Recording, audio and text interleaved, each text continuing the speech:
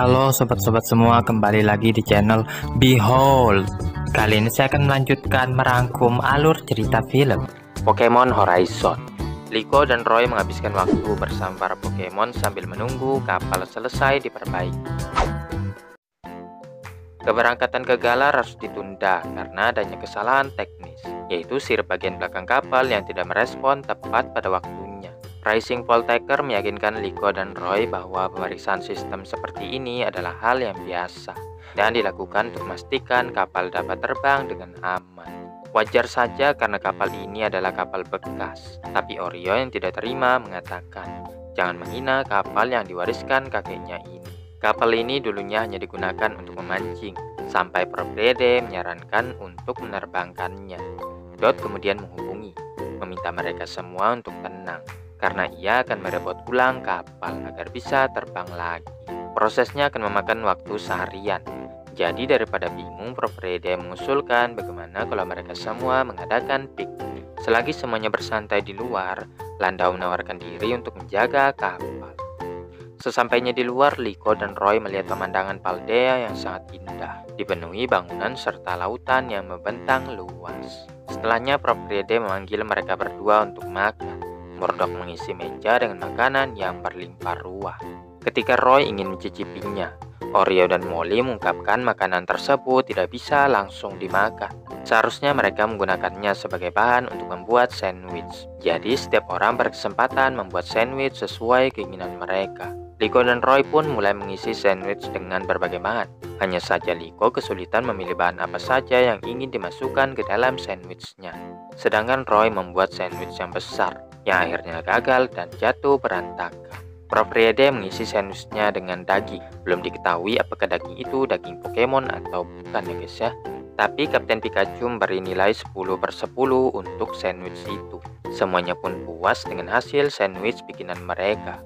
Melihat orang-orang di sekitarnya, Liko mulai mengenang bagaimana ia dan Roy bisa bertemu dengan mereka.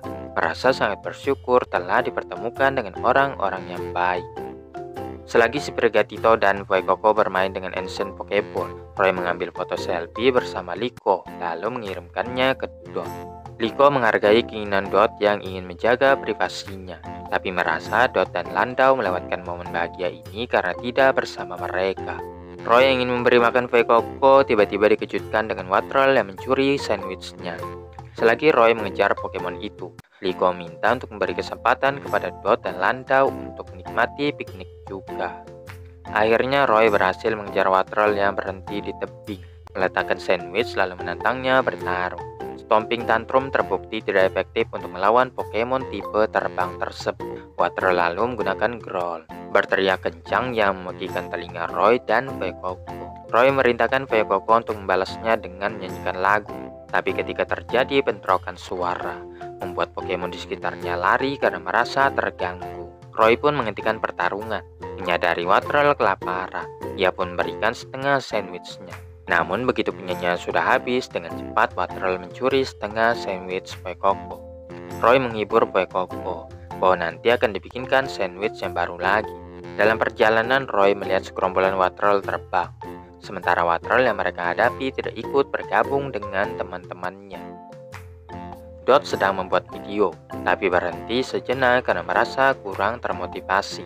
Dot sebenarnya ingin merasakan piknik, tapi kesulitan mengambil momen yang tepat untuk pergi ke sana. Liko mengirimkan pesan bahwa telah menyiapkan sandwich untuknya di ruang tunggu. Dot yang kelaparan lalu pergi ke sana, namun menemukan hanya ada roti dan beberapa bahan lainnya. Landau yang dipanggil Liko juga masuk ke dalam ruangan.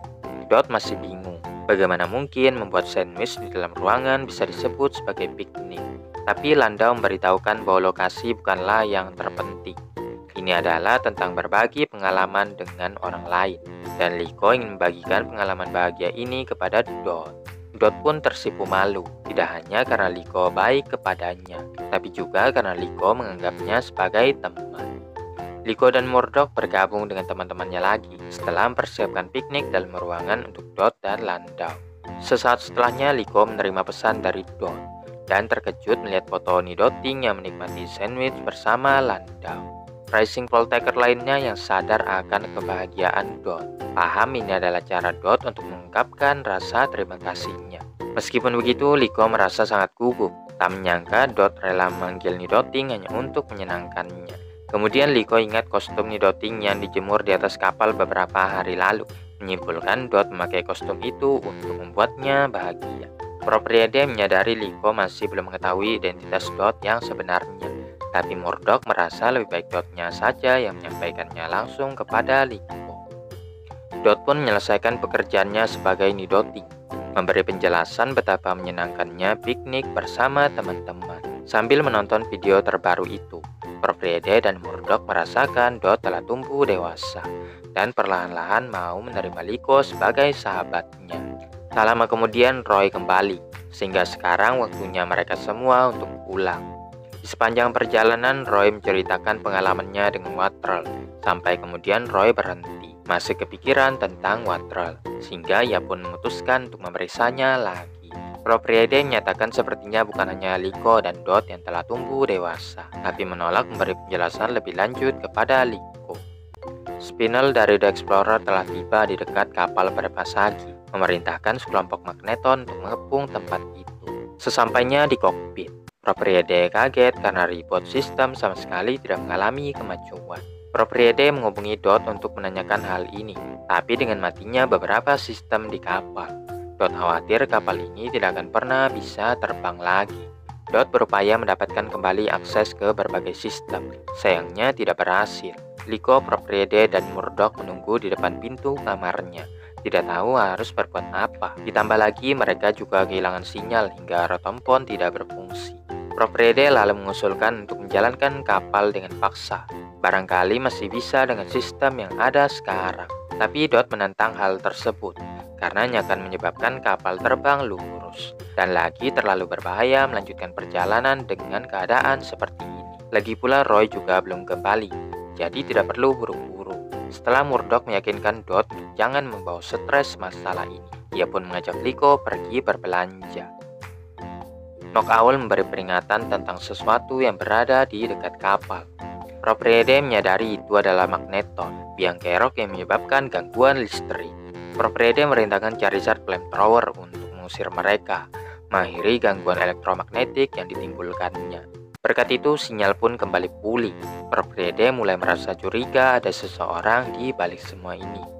Sementara itu, Roy sedang mencari Watrel dan melihatnya duduk di atas tunggul batu.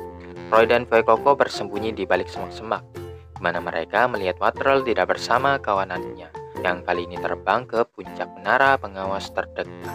Roy memperhatikan Watrel masih saja diam di tempatnya, sedangkan Fuecoco menghampiri Combi. Kehadiran Fuecoco membuat mereka takut, dan Pacific Queen yang merasa terganggu sangat marah.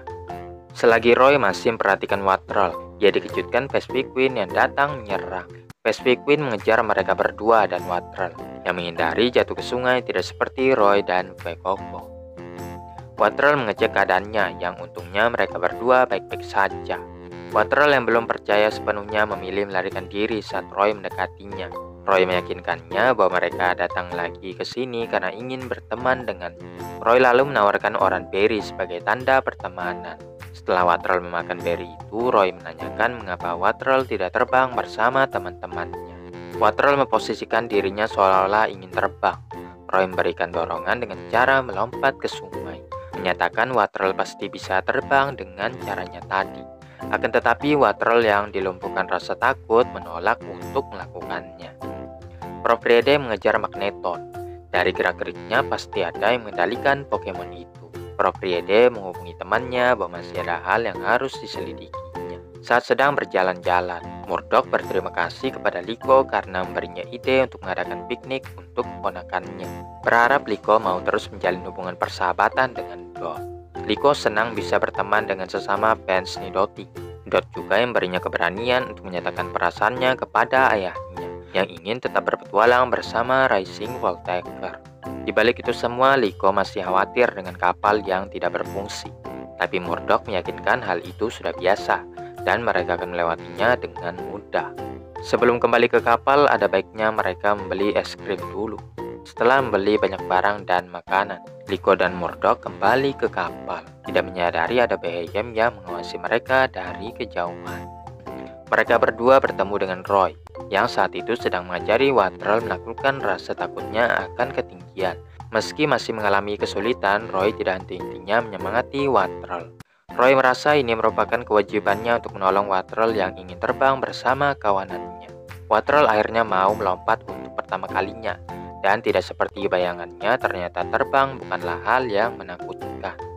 Prof. Friede melanjutkan pengejaran sampai ke kota, di mana Magneton memojokkannya di sebuah gang kecil.